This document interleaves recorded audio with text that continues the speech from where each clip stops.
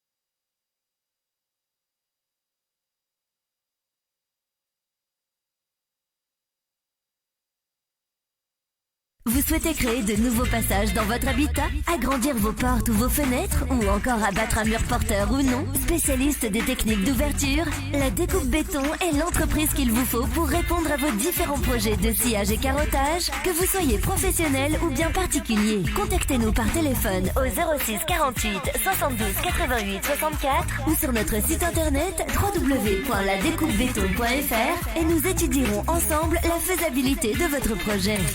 Rejoignez-nous également sur Facebook, La Découpe Béton.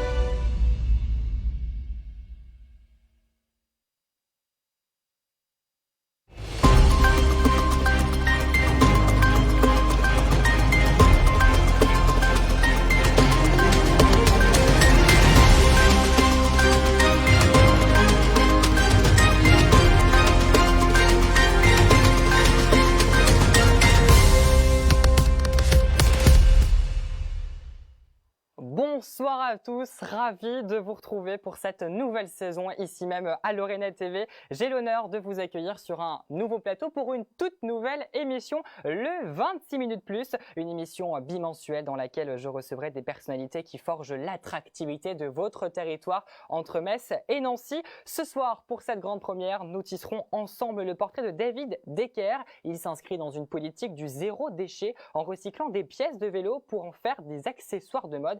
Croyez-moi, ça va vous donner des idées. On s'embarquera également dans le monde de Sébastien Pietta, magicien et hypnotiseur, une seule chose à vous dire, laissez-vous rêver. On parlera également du festival Metz Beer Fest qui se tient actuellement à Metz, d'un projet humanitaire mené par deux sœurs mosellanes intitulé Dessine-moi une gazelle. Et pour commencer, je vous propose qu'on parle de la 10e édition du marathon de Metz-Mirabel qui se déroulera le 13 octobre prochain. Le marathon de Metz-Mirabel est notre invité de ce 26 minutes plus.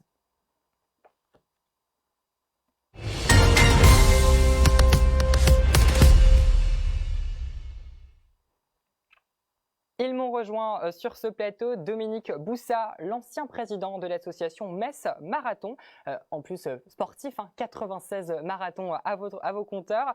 Il est à votre gauche et à ma droite, il vous est succédé, Hubert Emringer, le président de l'association Metz Marathon. Bonsoir à vous deux. Merci infiniment d'avoir accepté notre invitation. Alors, on va parler de cette 10e édition du marathon de Metz-Mirabel, mais on va revenir un peu au début, la première édition. Dominique Boussa, comment vous est venue l'idée d'inscrire un marathon dans la ville de Metz? À Metz, il y a une tradition de course à pied qui est de longue date, puisque nous avons mis en place un marathon dans les années 70, et il n'y en avait pas beaucoup en France à l'époque. Il y a eu une volonté municipale de faire renaître le marathon à Metz en livrant la ville aux coureurs. Alors, comment que ça s'organise un peu un marathon de Metz-Mirabel? Comment, en tout cas, s'est organisée la première édition du marathon de Metz-Mirabel? Vous vous en rappelez? Oui, tout à fait. Ça nous a pris une bonne année avant même de lancer la première édition. Ce qui est essentiel pour un marathon, c'est le choix du parcours. C'est vraiment ça qui nous a préoccupés d'emblée. Il faut que le parcours soit à la fois attrayant, parce que c'est une épreuve dure, donc il ne faut pas qu'on se trouve en chute de motivation. Et puis, il faut aussi que ce soit un marathon qui soit compatible avec la demande, c'est-à-dire il y a un cahier des charges qui est très compliqué, qui tient à la qualité de l'accueil des coureurs et bien sûr à la nécessité de leur offrir des conditions de course les meilleures possibles. Alors, vous l'avez dit, un marathon, il faut que ça soit attractif. On dit souvent, et on le dit, que le marathon de Metz-Mirabel, c'est 42 km d'histoire. Est-ce que vous pouvez nous expliquer pourquoi on donne ce nom à ce marathon? D'abord parce qu'il s'appelle Marathon de Metz. La volonté de la ville de Metz, lorsqu'ils ont initié sa deuxième vie pour le marathon de Metz, c'était d'en faire une vitrine, une valorisation, un outil pour valoriser la ville. C'est la raison pour laquelle un gros tiers du parcours se déroule dans la ville elle-même, sur le plateau piéton, et à travers 3000 ans d'histoire, parce que la ville de Metz, c'est 3000 ans d'histoire. C'est une ville extrêmement riche pour ça. Et donc on a identifié, nous, sur le parcours, 42 points d'histoire, devant lesquels les coureurs vont passer. Alors ça va de la cathédrale au centre Pompidou, à tout un tas d'endroits plus ou moins célèbres, mais l'idée c'est de leur offrir une promenade magnifique dans une ville différente et extrêmement riche à ce niveau-là. Alors ces 42 points, ils vont être traversés dimanche prochain, le 13 octobre. Vous personnellement, quels sont les lieux que vous retiendrez de ces 42 points du marathon de Metz-Mirabel, personnellement? Bien évidemment, au premier chef, la cathédrale, bien évidemment. Et puis, pour faire un saut vers l'avenir, passer de la cathédrale au centre Pompidou, qui correspond exactement au 10e kilomètre. Indépendamment de cette incursion dans les hauts lieux architecturaux et culturels de la ville, c'est aussi un marathon vert dans la mesure où il s'évade à la campagne vers les villages du sud messin, et cette alternance permet aux coureurs d'avoir une meilleure, de souffrir moins, parce qu'ils se trouvent davantage en situation d'alternance des efforts. Vous, Hubert Emringer, quel serait le lieu personnellement qui vous marque sur ces 42 points? Alors, moi, à l'intérieur de la ville, ce serait, oui, la cathédrale, bien évidemment, le centre Encore une Pompidou, fois, parce oui. que c'est un grand écart. La place Saint-Louis, c'est bien aussi, parce que c'est d'une architecture tout à fait particulière. C'est très beau, et puis, voir les coureurs qui y passent, c'est sympathique. Après, Dominique a parfaitement raison, le marathon de Metz veut être un marathon vert. On a le label Agenda 21 pour le marathon depuis quelques années. On veut cultiver cette différence. Et donc, le fait de nous évader dans la campagne sud-messine, c'est un point extrêmement positif et les coureurs apprécient. parce que les paysages sont, comme il va faire très beau, évidemment, les paysages sont agréables et totalement différents. C'est la ville et c'est la campagne. C'est pour ça que chaque année, on a davantage de coureurs qui s'inscrivent à ce marathon. Est-ce que vous avez un peu les statistiques pour le week-end prochain? Combien on attend de coureurs, selon vous? On est sur l'ensemble des courses, on attend probablement plus de 7000 coureurs. 7000. Hein, parce que nous n'avons pas que le marathon à offrir aux coureurs. Vous avez d'autres parcours, hein? Il y a d'autres. On peut courir le marathon à plusieurs déjà. Donc il y a un relais à 4 ou un relais à 2, qui correspond donc à 2 semi-marathons. Il y a une course pour les enfants qui a beaucoup de succès dans la mesure où, au lieu de les laisser partir comme une volée de moineaux, on leur impose une certaine discipline, ils choisissent un contrat et ils essayent de le réaliser. Ça peut être 10, 15, 20, 30 minutes. Et bien sûr, nous avons la course populaire, les 10 km qui sont à la portée de tous. Et en plus de ces courses, hein, il faut qu'on le dise, le 13 octobre prochain, on va côtoyer des pointures hein, sur ce marathon, parce que le marathon de Metz-Mirabel accueille pour la 2e fois le championnat de France de marathon. Double fierté, on ne pouvait pas rêver mieux comme cadeau pour cet anniversaire des 10 ans.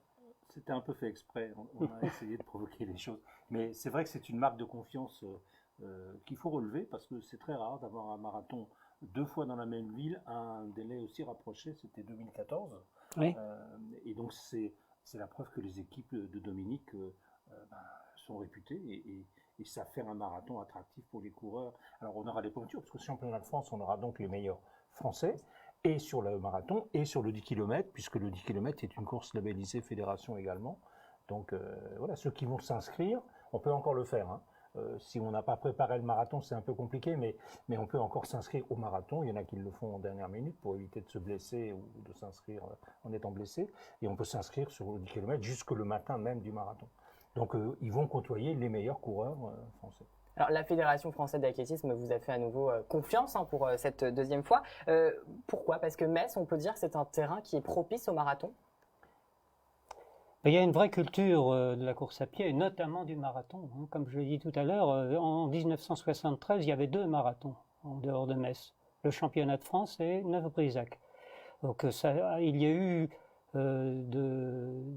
également un semi-marathon qui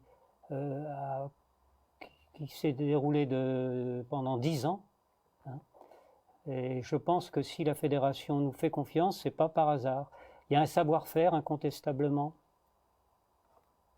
de la Fédération française d'athlétisme. Alors vous l'avez dit, Hubert Emrelinger, on peut encore s'inscrire hein, pour le marathon de la semaine prochaine. On va directement sur votre site internet www.metz-mirabel.fr. Le lien s'affiche juste en bas de votre écran. Alors Hubert Emrelinger, je voudrais un peu vous poser une question, parce que vous, ça fait à peu près 1 an que vous êtes en tant que président, un an et demi, en tant que président de l'association Metz Marathon. Vous allez vivre donc votre première édition réellement en tant que président. Vous l'avez construit cette 10e édition. Comment que ça s'est préparé? Quelles sont les particularités de cet anniversaire? La première particularité, c'est qu'on n'est pas seul, sinon on ne peut rien faire. Un président, il ne sert pas à grand-chose, vous savez. La manifestation, elle est organisée par 800 bénévoles, une partie de permanents qui composent l'association Metz Marathon, et une partie de bénévoles qui viennent au soutien et à l'organisation à partir des dernières semaines. Je crois que le jour même, on n'est pas loin de 800 à la fois sur le parcours et sur le village. Sur le village qui a lieu, donc qui se déroule place de la République et sur la place de Metz, il y a 22 000 personnes qui vont passer pendant le week-end. Le samedi, tous les coureurs viennent chercher leur dossard. On a tout un tas d'animations. On a énormément de choses qui vont s'y passer. On a des exposants. On est parrainé cette année par le Conseil de l'Europe. On a un colloque européen le samedi matin. On a un invité d'honneur qui est l'armée. Donc cette année, championnat de France, 10e édition, le départ du marathon va être donné avec un coup de canon. Donc, bon. On va pouvoir dire que Metz, pendant tout le week-end prochain, va vivre au rythme du marathon de Metz-Mirabel. Je vais me tourner vers vous, Dominique Boussard, hein, avec 96 marathons à votre compteur. Déjà, bravo pour ce très très beau palmarès. Je présume qu'on ne s'improvise pas coureur d'un marathon de 42 km du jour au lendemain. Quelles sont les conditions physiques pour courir un marathon de 42 km? Alors Hubert disait et encourageait les coureurs à s'inscrire encore maintenant. C'est vrai, mais à la condition qu'il se soit préparé, hein, bien évidemment. Bon, c'est pas une épreuve surhumaine, mais c'est une épreuve rigoureuse.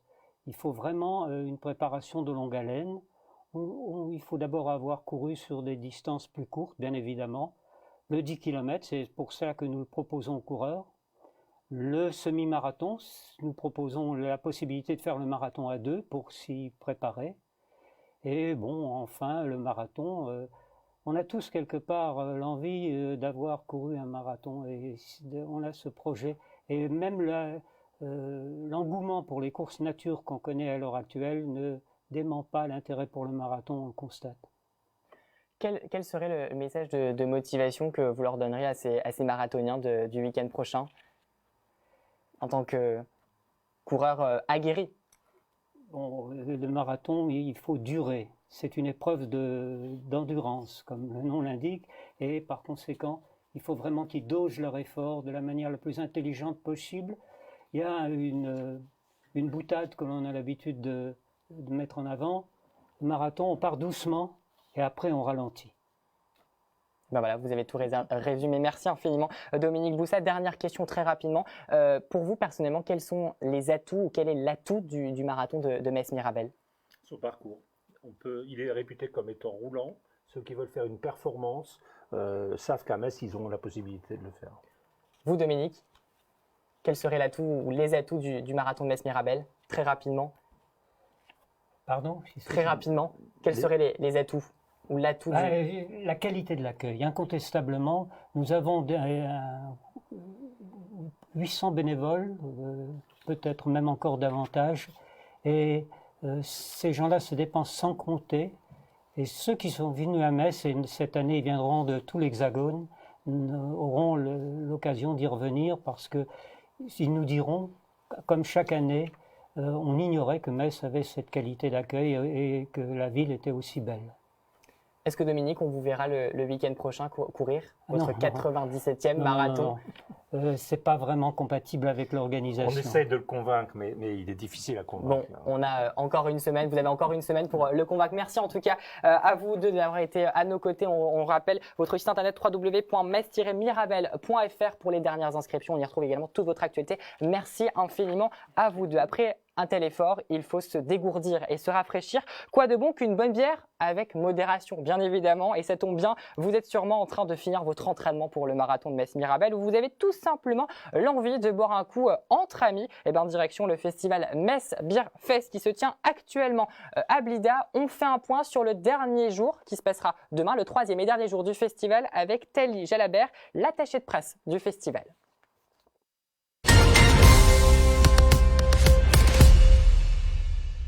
Le dimanche, on ouvre à 11h, ce sera donc la dernière journée pour pouvoir rencontrer les 24 brasseries européennes qui ont fait le déplacement jusqu'à chez nous, jusqu'à Metz. Ce sera aussi la dernière occasion pour rencontrer Hervé Marzoulou, le zytologue qui est d'ailleurs lorrain, et qui a fait ses marques dans la matière de la virologie. Et il anime 3 ateliers, initiation à la dégustation, accord mets et bière, et les grands styles de bière. Donc, faut s'inscrire aux ateliers. Et enfin, dernière activité principale, c'est l'SKS Beer. Donc une toute petite escape game de 15 minutes spécialement sur mesure par les Metz Beer Ale. Bon festival.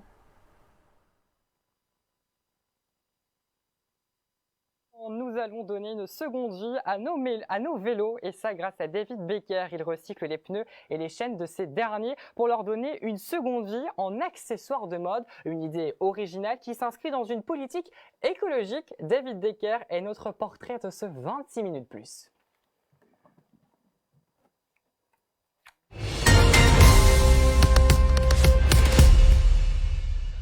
Bonsoir David Becker, merci d'être avec nous ce soir pour cette grande première. Alors je l'ai dit précédemment, en plus vous êtes venu en compagnie, donc je l'ai dit, vous recyclez des objets de vélo pour en faire des accessoires de mode. Comment vous est venue cette idée de recycler des pneus, des chaînes de vélo pour en faire des accessoires de mode? Bon, le recyclage, j'ai touché à pas mal de choses déjà pour faire du recyclage, mais bon, le déclic est venu lors d'un de mes séjours. Je pars tous les 2-3 ans en Afrique pendant un mois, sac à dos, et puis je découvre des villages. Et bon, bah, quand on arrive sur les capitales, j'aime bien fouiller, aller voir les petits créateurs. Et à un moment, j'ai vu, ça c'était sur Marrakech, un créateur qui découpait des pneus de mobilette et qui habillait des meubles avec. Et le déclic est venu là, de là, il y a à peu près maintenant 12 ans. Parce que c'est vrai que ça fait 12 ans que j'en fais, et juste maintenant 2 ans et demi que j'en commercialise. D'accord. Alors, où vous pouvez trouver votre matière première? Je présume que c'est pas seulement tous vos pneus personnels. On vous les rapporte, on vous contacte pour vous les donner? Non, bah, ça a commencé donc au début, quand j'ai commencé mes premières ceintures, ça a été par l'intermédiaire de mon frère qui tient un magasin, Yoda Bike, sur Longeville-les-Metz, donc il m'a fourni ses premiers pneus. Et après, c'est vrai que les différents magasins de Metz ont joué le jeu. Et beaucoup de personnes maintenant savent que je recycle, alors me ramènent leurs pneus ou les mettent de côté. Et les chaînes de vélo aussi. En sortant du travail, ben, je vais faire les poubelles des magasins de cycle. Pour une bonne cause, j'ai envie de dire. Oui. Le recyclage, toujours, voilà. encore une fois, dans cette lancée de l'écologie. Alors, on l'a vu à l'écran, en gros plan, ces ceintures, ces bracelets. Dans quelques instants, on va voir un peu la finalité de un de ces objets. Mais vous faites ceci pour alors une action d'écologie, mais aussi une action solidaire avec votre association, les Rencarts Solidaires. Racontez-nous un peu cette présentation, faites-nous la présentation de cette association. Quel est son objectif et son but premier? D'accord. Donc je l'ai créée donc il y a juste 2 ans, cette association, mais depuis que je vais en Afrique, ça fait à peu près donc une vingtaine d'années, et j'aidais sur mes propres fonds des personnes. J'arrivais dans un village, je vivais avec eux. Ils ne savaient pas que j'allais les aider, j'allais à la pêche, au champ, et à la fin de mon séjour, au bout d'un mois, ben, je leur proposais si je pouvais les aider sur certaines choses que j'avais vues, par exemple acheter un mulet, une charrette pour aller vendre des mangues plutôt que de les porter dans des paniers sur 10 km, pour les 2-3 familles, des matériaux pour avoir un toit étanche, ou des frais de scolarité, s'engager sur des frais de scolarité pour des jeunes pendant 5, 7, 8 ans, 10 ans. Là, les premiers jeunes que j'ai aidés il y a maintenant à peu près 10 ans sortent de la fac là, et un projet notamment, il y en a un qui commence à lancer, qui me sollicite là, donc pour un projet plus important, donc où je vais devoir mettre, je pense, les bénéfices de mes ventes de 2-3 ans sur ce projet-là. Donc voilà ce qui me motive. Ça, il y a la création, c'est une chose, le recyclage, les pneus ne sont pas du tout recyclés, les pneus de vélo, donc, mais après, donc, c'est ce côté solidaire, après, c'est ce qui me fait vivre. C'est pour quand le prochain départ? L'année prochaine, donc, les pays, donc ça avait commencé un peu par le Maroc du Sud, et après c'était donc, là j'ai fait tous les recoins du Sénégal, donc je ferai, et pour l'année prochaine, je vais envisager un autre pays maintenant, donc peut-être un peu plus défavorisé. Le Sénégal commence à avoir quand même un niveau de vie assez développé. Eh ben, je vous propose de mettre votre lien d'association, les Rencarts Solidaires. Le lien s'affiche juste en bas de cet écran, et on peut suivre toutes vos aventures et ce très beau périple et cette très belle action que vous menez. Alors, vous êtes pas venus les mains vides, comme je l'ai dit. Alors, qu'est-ce qu'on va pouvoir montrer à nos téléspectateurs, et surtout, voilà, combien de temps ça prend un peu pour fabriquer une ceinture, parce qu'il y a le découpage, c'est assez technique quand même. Oui, il y a beaucoup de temps. Une ceinture, toute étape confondue, hein, le moment où je vais commencer à découper les pneus, donc il y a des trames dedans, c'est assez dur. Jusqu'à la finition, à un moment où je vais retravailler le produit ou pour le lustrer, ça peut varier entre 2 heures et 4h30. Bon, je rattache les boucles de ceinture avec aussi tous des maillons de chaîne qui sont récupérés, recyclés, dérivés, dégraissés, et après remontés pour maintenir les boucles ou les passants. Donc, je travaille, les passants, on peut retrouver des passants avec les marques des pneus, les Continental, les Michelin. Donc chaque ceinture a sa marque de fabrique, voilà, j'ai envie de dire. Voilà, il n'y en a pas une pareille.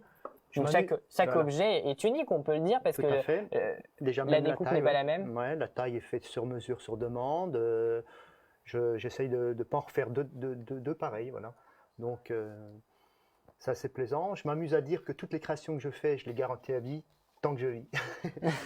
Donc, je fais des petits bracelets aussi donc avec les pneus, ou alors après avec les maillons de chaîne, en partant des maillons d'une chaîne, hein, pareil dégraissés, on peut retrouver des petits maillons de chaîne, de la cordelette qu'un fabricant allemand donc m'envoie. Donc ce sont des chutes de cordelette du Donc recyclage là encore aussi. une fois, du recyclage. Voilà. J'arrive à faire donc après des petits bracelets comme je porte sur moi, hein, que je rattache après avec du petit fil de cuivre de différentes couleurs. Je fais des boucles d'oreilles aussi, dans le même principe, des porte-clés, sur demande, des colliers de chiens, des longes pour On peut faire beaucoup de choses avec des pneus de vélo, n'empêche. Ouais, on ne roule pas simplement, on peut dire alors. Voilà, on ne roule pas, c'est vrai, tout à fait. Moi, je cycle et je recycle. Eh bien, très belle initiative. Merci infiniment, David Descartes, d'avoir été à nos côtés. On le rappelle, à votre site internet www.lesrencartssolidaires. Qu'est-ce qu'on peut vous souhaiter pour la suite et pour votre prochain départ notamment? Pas grand-chose. Pour ça, de ce côté-là, je suis comblé. C'est de pouvoir continuer ça le plus long. Eh ben, c'est tout ce qu'on vous souhaite. Merci. De continuer dans cette aventure que vous avez, aussi bien du recyclage, mais aussi solidaire. Merci infiniment, David Descartes. Et vous allez voir que ces deux jeunes sœurs mosellanes, Claire et Pauline Collin, elles participent au Raid Femina Aventure, également une aventure humaine. Elles portent le numéro 11 et forment la team Rally Sister au programme 10 jours de course dans un but humanitaire. Pauline Collin nous explique les différentes actions qu'elles mèneront. Écoutez.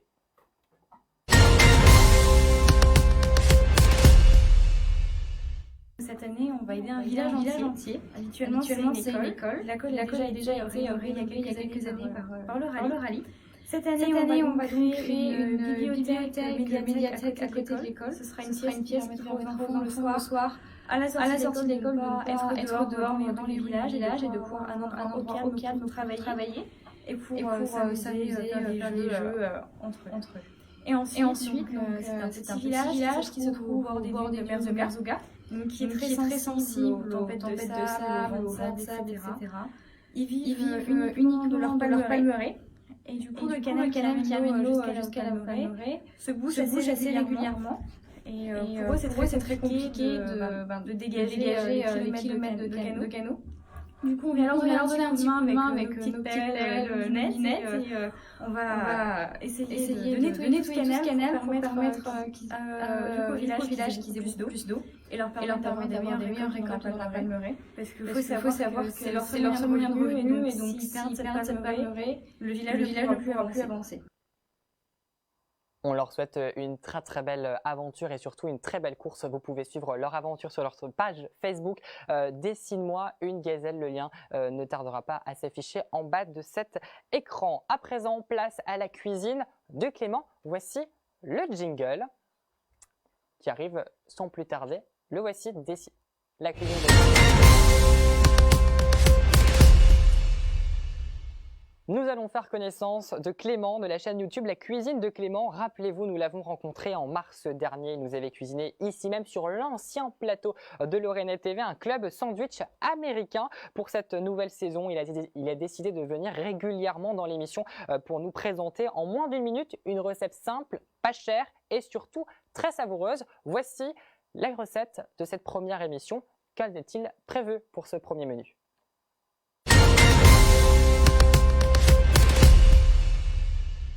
Bonjour à tous, aujourd'hui on se retrouve pour faire des pâtes au chorizo, une recette très simple et rapide à réaliser. Pour les ingrédients, ça sera à la fin de la vidéo.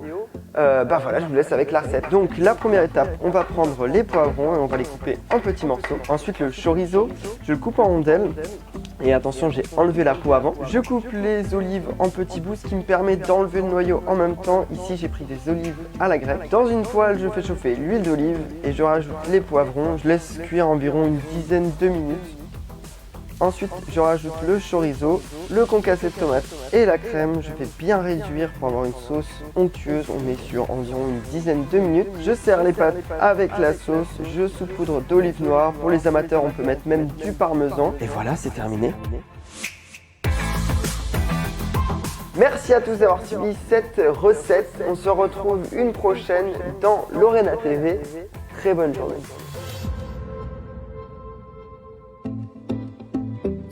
Voilà, on vous souhaite une très très belle dégustation. On retrouve Clément sur sa chaîne YouTube, La Cuisine de Clément. Avant de finir cette émission, je vous propose de faire connaissance avec un magicien et hypnotiseur. Sébastien Pietta est notre talent artistique de ce 26 minutes plus. Sébastien Pietta, notre talent artistique, le voici.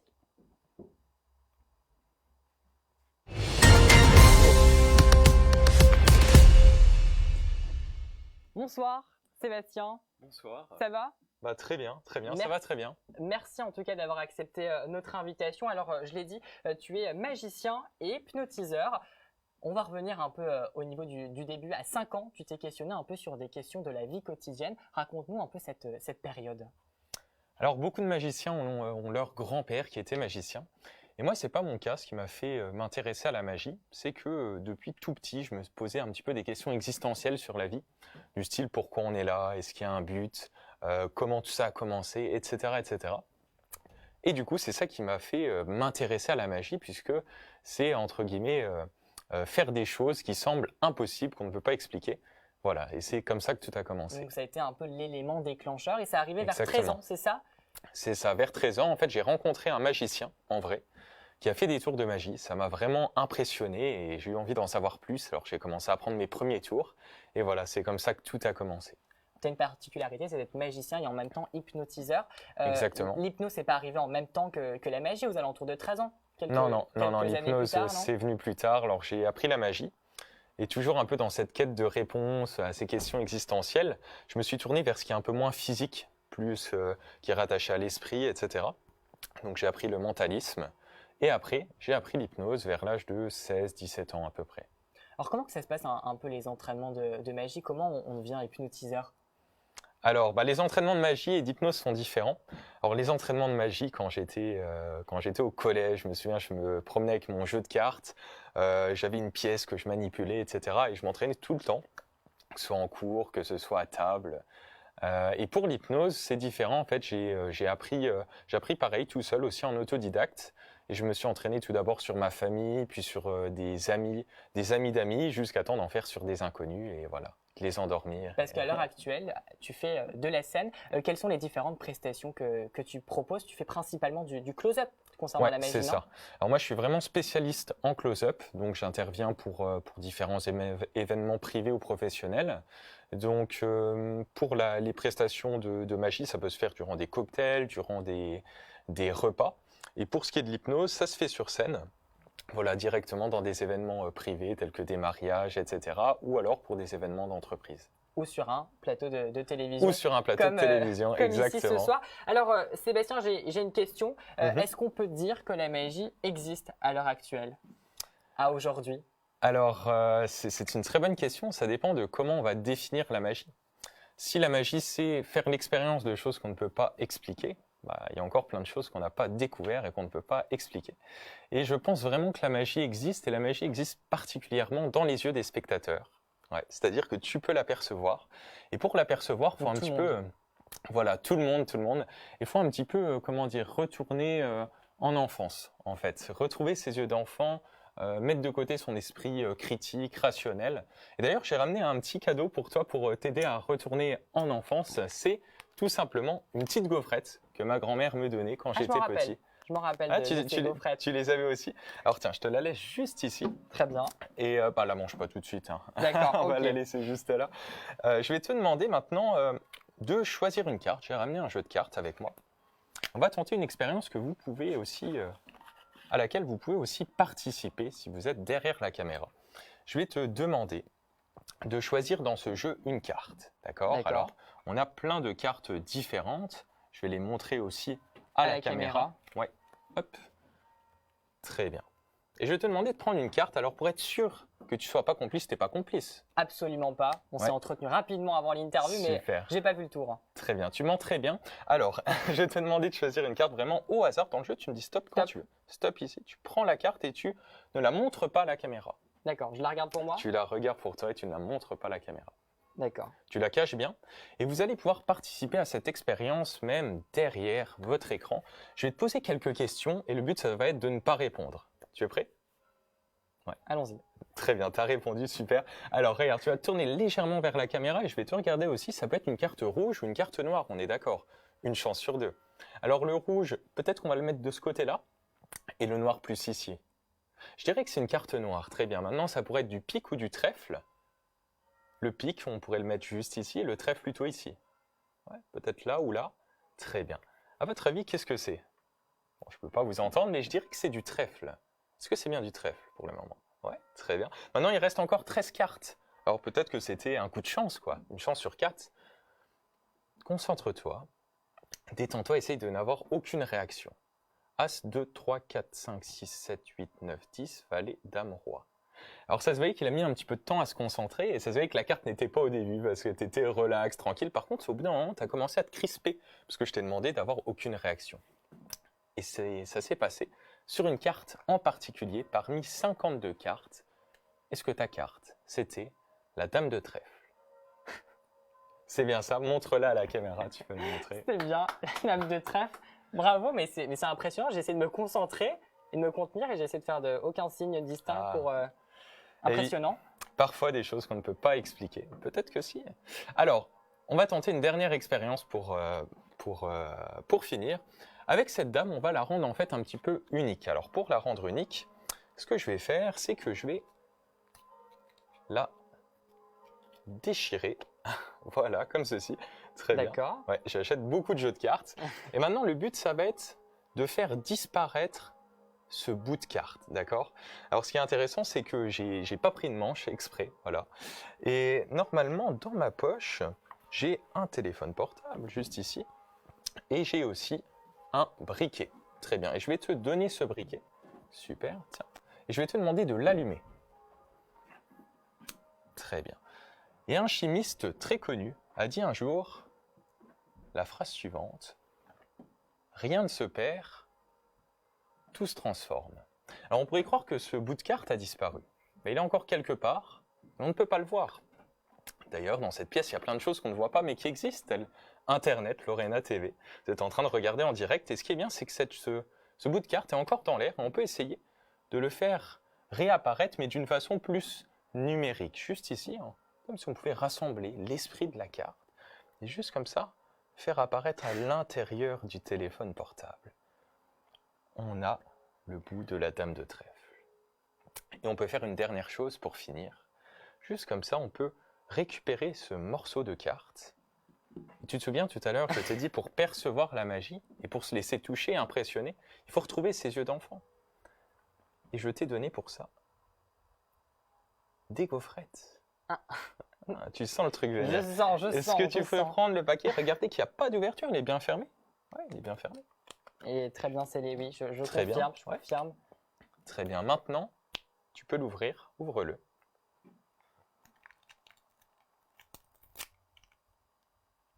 Donc je confirme que c'est également une vraie biscotte. C'est une vraie biscotte qui a l'air très appétissante. Totalement. Et à l'intérieur du papier, on a bien un morceau de carte et on va regarder que ce soit exactement le même. Je te laisse regarder. C'est bien le bout de la dame de trèfle qui correspond parfaitement à cette carte. Impressionnant. Donc oui, la magie existe. La magie existe réellement. On peut le dire. Merci infiniment Sébastien. Merci à toi. Pieta, merci infiniment. On retrouve votre site internet juste en bas de cet écran. On peut également suivre toutes vos aventures sur votre page Facebook Sébastien. C'est ça, Pieta, Instagram, etc., les réseaux sociaux. Hypnotiseur. Merci infiniment d'avoir accepté notre invitation. J'en ai pas les mots. Voilà, la preuve, j'arrive pas à faire ma transition. Merci infiniment d'avoir été à nos côtés. C'est ainsi que s'achève cette grande première du 26 minutes plus. Merci infiniment pour votre fidélité. Merci également à toutes les équipes techniques qui ont œuvré jusqu'à la dernière minute pour la conception de ce plateau. J'ai eu peur avec le briquet parce qu'il y avait du bois. Je me suis dit, si ça flambe dès la première, on va pas être très très content. Mais voilà, merci infiniment. Voilà, ça aurait fait le buzz. Merci infiniment à toutes ces équipes. Et si vous souhaitez rejoindre les rangs de la rédaction, eh ben c'est simple, www.lorena.tv ou directement sur Messenger. Et Kevin Bressan, notre rédacteur en chef, vous répondra pour entamer l'aventure avec Lorena TV. Pour ma part, je vous retrouve le 19 octobre pour le second numéro du 26 minutes plus. Très belle soirée à vous tous et à dans 2 semaines. Ciao, ciao.